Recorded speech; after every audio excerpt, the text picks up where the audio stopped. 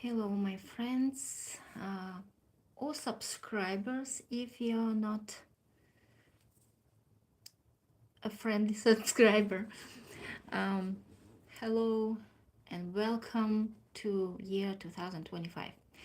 Um, I hope I will be here more often, and live is the perfect format for me because I don't like editing. And the theme for this year 2025 is authenticity. So, no editing, just sharing. And first thing that I worked on in my coaching session with my coach was authenticity and what are the limits and pressures to be performative. Recent example or recent experience that I had is about 90 days challenge, 1 day per day, one video per day, and it started from some webinar with the guy who increased his followership on Instagram to millions. And his advice was just start this challenge, one video, one reel per day. Uh, I'm still doing it. I have my accountability buddy who who was first who skipped a day, but anyway, and she's like, oh, now I have to start all over again. And I'm like, no, I'm not doing another 90 days with you, and there are other days to correct mistakes. And for some reason I thought like some people think that like they made a mistake, they have to kill themselves to start over. I don't know, a crazy association, but maybe somebody think this way. But I think that there are a lot of ways to correct mistakes in this life, and this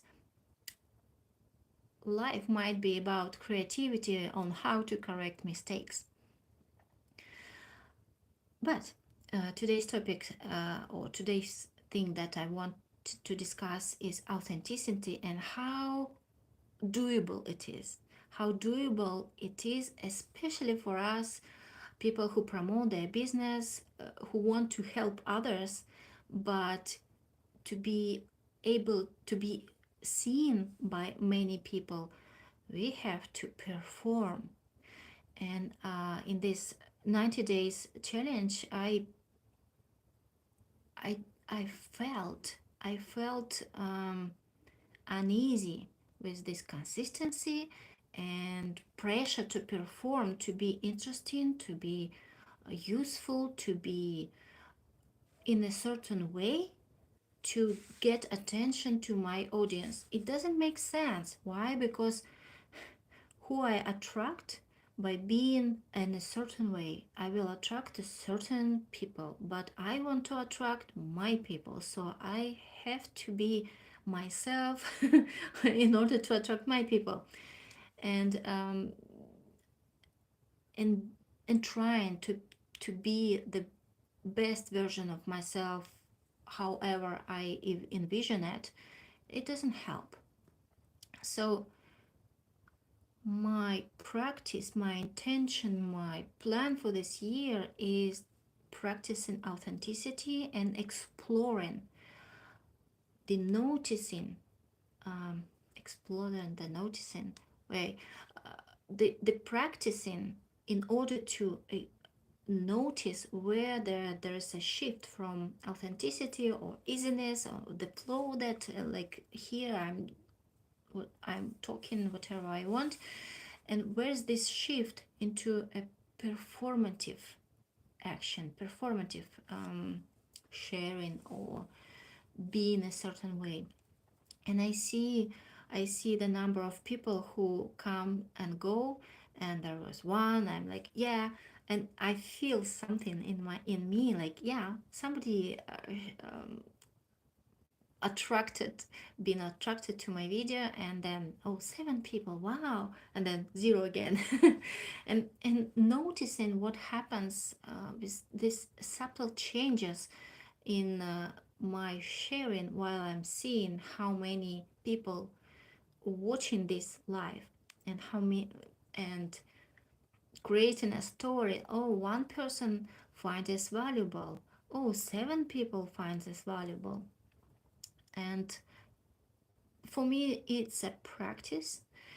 And for you, whoever want to follow my experiment, I hope, I mean, it might be a great impact on you. It might be nothing. It might be triggering something, and which is also impact, right? I want some change for myself, for example, because in the long run, we are moving towards uh, perfect machines and perfect avatars.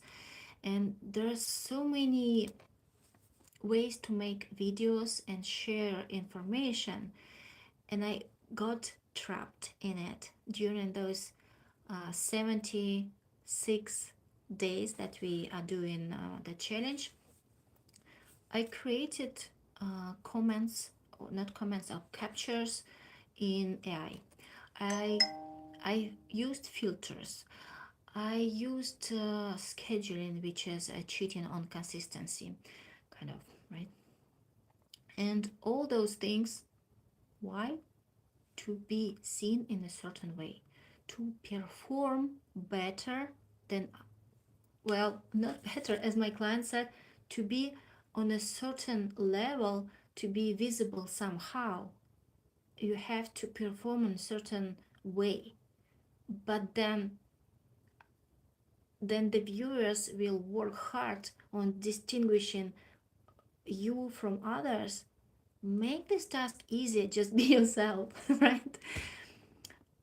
And there is expectation from viewers, I think, to for video to be more digestible, for video to be more useful, to for the content to be useful and applicable and practical. And I believe my content is practical because, well, it touches each of us. And there are people, I'm sure there are people who question the practical value of this performative interaction. Why? Why?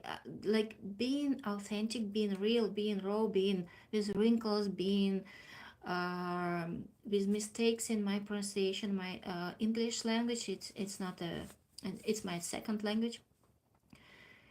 Being who I am is the highest value for me and for you.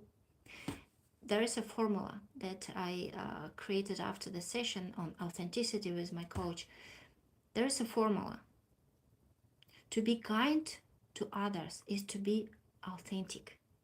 To be nice to others is to be performative. Do we need this niceness? Do we need to be nice to others, or it's better and more challenging to be kind to others? Because it has value, it has meaning, it has purpose to be kind. To be kind, it's not just look nice. It's a connection. It's to be interested in another person, to understand what they probably feel right now. So kindness is more complex, and it's human. To be nice and polished and perfect, it's not human. And that's what I wanted to share today. And for the sake of inconsistency that I will embrace this year, for the sake of fluidity, I will post when I want all those videos. So now it's almost 10 minutes. I will try to be shorter next videos, but thank you for listening. Thank you for connecting. Bye. See you soon.